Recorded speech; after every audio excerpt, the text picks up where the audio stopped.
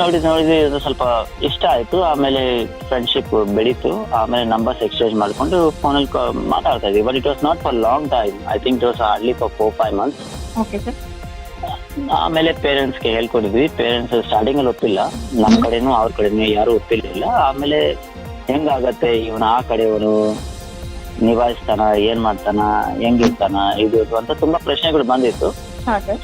But ಆ ಟೈಮಲ್ಲಿ ಪವಿತ್ರನೂ ಬಗ್ಗಿಲ್ಲ, ನಾನು ಬಗ್ಗಿಲ್ಲ. ಇಬ್ರು ಪೇರೆಂಟ್ಸ್ ಒಪ್ಸ್ವಿ, ಮದುವೆ ಆಯ್ತು. ಆಮೇಲೆ ವಿ ಆರ್ ವೆರಿ ಗುಡ್. ಅಂದ್ರೆ ನಮ್ಮ ಫ್ಯಾಮಿಲಿಯವರು ಅವ್ರ ಫ್ಯಾಮಿಲಿಯವರು ತುಂಬಾ ಚೆನ್ನಾಗಿ ಕ್ಲೋಸ್ ಇದ್ವಿ. ನಮ್ಮ ಊರಲ್ಲಿ ಮ್ಯಾರೇಜ್ ಇದ್ರೆ ಅವರು ಬರೋದು, ಅವ್ರ ಕಡೆ ಮ್ಯಾರೇಜ್ ಇದ್ರೆ ನಾವು ಹೋಗೋದು, ಎಲ್ಲ ನಾರ್ಮಲ್. ಸರ್, ಯಾವ ಇಯರ್ ಅಲ್ಲಿ ಸರ್ ತಮ್ಮ ಲವ್ ಮತ್ತೆ ಮದುವೆ ಆರಂಭದ ದಿನಗಳು? Love 2006, marriage 2007.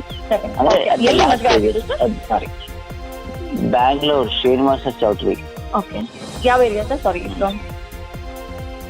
Madam, I think it's in Yelachenahalli. Yelachenahalli. Okay. Okay. ಅನಂತರ ತಮ್ಮ ಇಬ್ರು ಮತ್ತೆ ಯಾವ ಕಾರಣಕ್ಕಾಗಿ ಡಿವೋರ್ಸ್ ವರ್ಗು ಬಂದು ನಿಲ್ತು? ನಿಮ್ಮ ಮಗು 3 ವರ್ಷದ ಮಗಳು ಅಂತ ಹೇಳಿದ್ರಿ. ಆ ಟೈಮಿಗೆ ನೀವು ಡಿವೋರ್ಸ್ ತಗೊಳ್ಳೋ ಟೈಮಿಗೆ ಸೊ ಎಷ್ಟು ವರ್ಷ ನಿಮ್ಮ ಲೈಫ್ ಅಂದ್ರೆ ಸಂಸಾರ ನಡೀತು ಸರ್? ಎಷ್ಟು ಚಂದ ಇದ್ರಿ? ಯಾರಿಂದ ನಿಮ್ ಲೈಫ್ ಸ್ಪಾಯ್ಲ್ ಆಯ್ತು, ಇಬ್ರ ಲೈಫ್ ಅಂತ? ಅಂದ್ರೆ ಮ್ಯಾರೇಜ್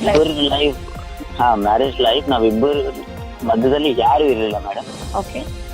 ನನ್ನ ಲೈಫಲ್ಲಿ ಯಾರು ಇರಲಿಲ್ಲ, ಅವ್ರ ಲೈಫಲ್ಲಿ ಯಾರು ಇರಲಿಲ್ಲ. ಬಟ್ ಏನಂದ್ರೆ ನಮ್ಮಿಬ್ಬರ ಲೈಫಲ್ಲಿ ಅದು ಟೈಮ್ ಅಂತ ಪ್ರಶ್ನೆ ಮೇಡಮ್. ಅವಳು ನಮ್ಮ ಮದುವೆ ಪಾಪು ಹುಟ್ಟಾದ್ಮೇಲೆ ಅವಳು ಮಾಡೆಲಿಂಗ್ ಲೈಫ್, ಫಿಲ್ಮ್ ಇಂಡಸ್ಟ್ರಿ ಲೈಫಲ್ಲಿ ಎಂಟ್ರಿ ಮಾಡಿದ್ರು. ಓಕೆ. ಸೊ ಅದರಿಂದ ಅವಳು ಗ್ಯಾರಂಟಿ ನ್ಯೂಸ್, ಸುದ್ದಿ ಖಚಿತ, ನ್ಯಾಯ ನಿಶ್ಚಿತ.